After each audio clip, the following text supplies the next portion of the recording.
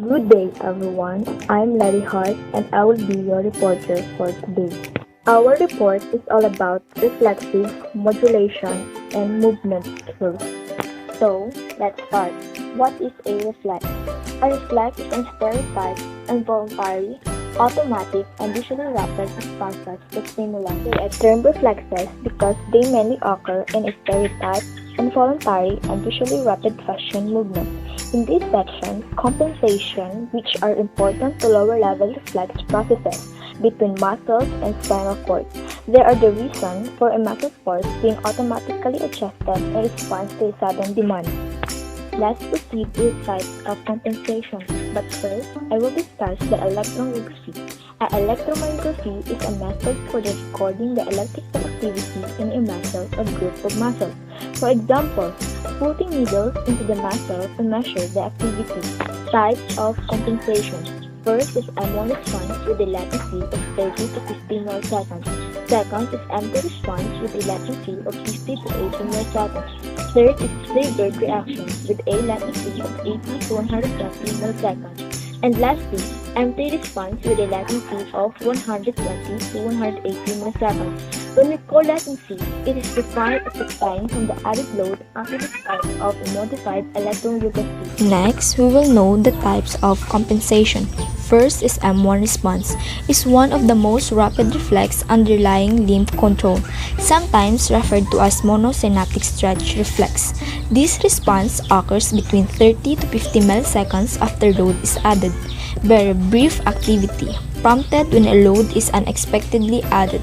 Very short because only one synapse is involved, and reflexes are non-conscious. According to Hicks' law, describing the stable relationship that exists between the number of stimulus response alternatives and choice reaction time, specifically as the logarithm of the number of stimulus response pairs increases, choice reaction time increases linearly. And also, Hicks' law helps a person in making a decision. It states that the more options you have, the longer the time of your decision. Generally, you need to reduce stimuli or choices to reduce reaction time. Let's proceed to the second types of compensation, which is M2 response. This response, referred to as a functional stretch reflex. This response occurs at 50 to 80 milliseconds reaction time, has a longer duration of adjustment time compared to an M1 response. Rather than stopping at the spinal cord for reaction instruction, in M2, the impulses travel all the way to the brain where more synapses are involved. This response is more flexible, allowing for additional sources of sensory information. And now, we will compare monosynaptic to polysynaptic. Monosynaptic have only two neurons, the sensory and motor, while polysynaptic has a multiple interneurons connect afferent and afferent signals. Mono means one or single synapse. Poly means much or multi-synapse. The monosynaptic have a communication between sensory and motor neurons, while polysynaptic have a communication to multiple muscles. The perfect example of monosynaptic reflex is the knee jerk or the patellar reflex. In this reflex, neuron has its peripheral ending within the tendons of the quadriceps muscle. In the next slide is the example of polysynaptic reflex. Stimulation of pain receptors in the skin initiates a withdrawal reflex which involves several synapses with a several motor neurons and results in a removal of the organism or part from the stimulus. Triggered reaction. This response occurs between 80 to 120 milliseconds reaction time. This can affect musculature that is farther away from the actual stimulation site. For example, when a glass is taken from your hand, one grips the glass tightly using the bicep and forearm, which are farther away from the stimuli. In attempts not to stall, this is a triggered reaction. This reaction can also be learned and can be more or less become an automatic response. Lastly, the empty response. This response is also known as voluntary reaction time response. This response occurs between 120 to 180 milliseconds recovery. It is powerful and sustained. It has the ability to bring the limb back after a significant change and hold it there. It also has the ability to affect all muscles in the body. Additionally, anti-response can be obtained by doing exercise in which the weight is increased at intervals. Example is working the bicep by flexing arm at 90 degrees and adding weight every 30 seconds. The patient who knows the weight is added cold brace. To increase weight, there will be a burst of electromyography activity and increase an angle before the angle is restored. This specific exercise is another technique to treat rotator cuff injuries by strengthening the shoulder ligaments. So this will be the second part of the report, Reflexive Modulation. So I am Peter Molina. In this report, we are going to discuss about the reflex action in the final common path. But before we continue, this is a summary of the 4 types of responses we have learned a while ago. So let's analyze this one, the latency and flexibility of a response. The number that appears after the response type is called latency, indicating that the response speed measured in milliseconds or ms. An example is an M1 response with 30 to 50 ms response latency. This response is surely the fastest, while the flexibility is the space of time to respond, probably how fast and slow the response takes place. An example is that the flexibility of the response in M3 is lower compared to the responses in M1 and M2. If the response latency or ms is lower, it means that the information from the stimulus and the feedback are traveling fast. In slowly flexible response, more information to be taken before action. A high latency response is highly flexible response. Okay, so let's move on to the next one, which is the reflex responses to the conceptual model. So the conceptual model is displayed on the right side of your screen. Let's first look at where the M1 response is located. So you saw it now. So during the M1 feedback loop that is seen in the figure, it carries the feedback about muscle stretch to the spinal cord. As we have just discussed earlier, the flexibility of the M1 response is short. That is why from the spinal cord, the processed information goes directly back to the muscle. This action is called the reflex action. How about the M2 feedback loop? Again, find it in the model concept.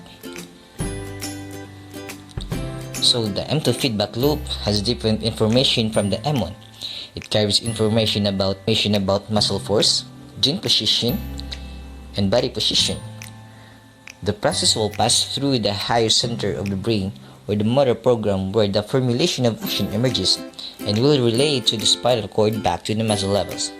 This loop is longer than the M1 response, but it has more flexibility because of the involvement of higher control centers. Have you ever noticed that when you touch a sharp or hot object, you pull your hand away rapidly without even thinking about the action? This action of removing your hand very quickly is designed to protect you. This quick response is called reflex. So what is reflex action? Reflex action is an involuntary rapid response to a stimulus, which minimizes the damage to the body from potentially harmful conditions. It does not involve the conscious part of the brain. This is why the response travels very fast. The reflex action follows this general sequence from the stimuli to receptor, sensory neuron, interneuron, motor neuron, effector, and the response. An example of a reflex is when you immediately withdraw your hand after touching a hot object. The pulling of your hand is an involuntary action of your body. See the example of the man on the right side of the screen pulling his hand after touching the candle. How did this reflex occur? So the receptor detects a stimulus. The sensory neuron sends electrical impulses into interneuron, which is located in the spinal cord. Interneurons connect sensory neuron to motor neurons. A motor neuron sends electrical impulses to an effector, and finally, the effector will do a response. The response is the reflex itself, which is pulling the hand away to prevent burning of skin. Okay, so let's move on to the final common path. Sherrington, 1906. Sir Charles Scott Sherrington was born into a middle-class English family on November 27, 1857. died in the year 1952 at age of 94 years. In the year 1892, he moved his interest from cortex to spinal cord using experiment physiology as well as neuroanatomical method. In the year 1906, Sir Charles Sherrington published the integrative action of the nervous system. In his works, he called the lower motor neurons of the spinal cord the final common pathway. So for the last part, the final common path. Another name is somatic motor neurons that command directly the muscle. They are the output of the motor system. The upper motor neurons in the motor cortex and the interneurons within the spinal cord that participate in the spinal motor programs. Regardless of the source of the input, the output is the lower motor neurons, the final common path.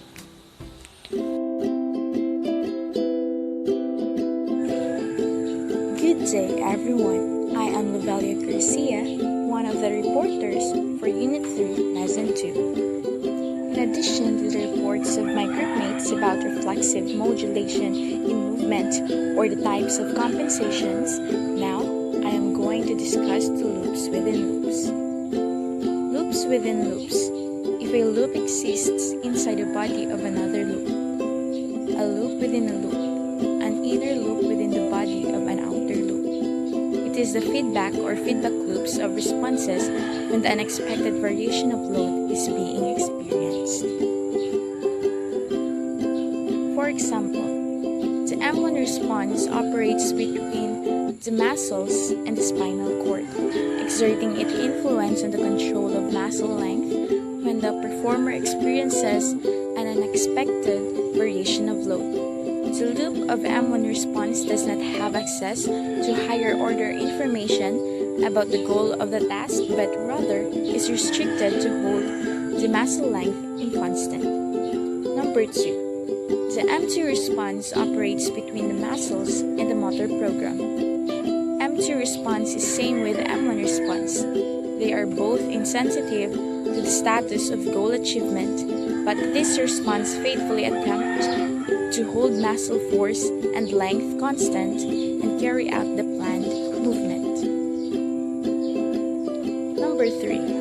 The M3 response in the outer loop is the process of any information about goal achievement or lack of such, which indicates feedback from environment or the vision, the activity of the comparator, and if there is an error signal indicating a failure of goal achievement, the information processing stages to select a totally new action. This is an example of conceptual model of the reflex responses. The M1 feedback loop carries feedback about muscle length and perhaps muscle tension to the spinal cord, which relay modification directly to the muscles. And also, this loop is fast and relatively inflexible. While the M2 response feedback loop is a long loop or functional stretch flex, here information about muscle force and length as well as joint position and body position is fed back to somewhat higher centers in the brain concerned with planning initiating action. Once this feedback arrives, programming processes modify movement commands slightly and send this information back to the spinal cord and muscle levels. This loop is longer and slower than M1 response, but it has more flexibility because it involves higher control centers. And the last part of our report is about the role of movement time.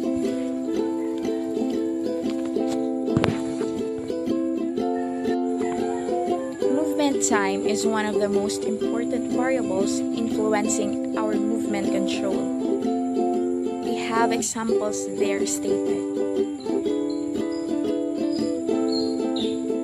Movement time is the interval of time that elapses from the beginning to the end of a movement. The relative roles of three responses, M1, M2, and M3, depend on the duration of movement the person is trying to produce. As the movement time increases, there is greater potential for more feedback loops to contribute to the originally intended action. And also, movement time dictates the kind of feedback-based corrections that are possible and the relative contribution of various types of modifications, M1, M2, and M3 responses to the original movement command.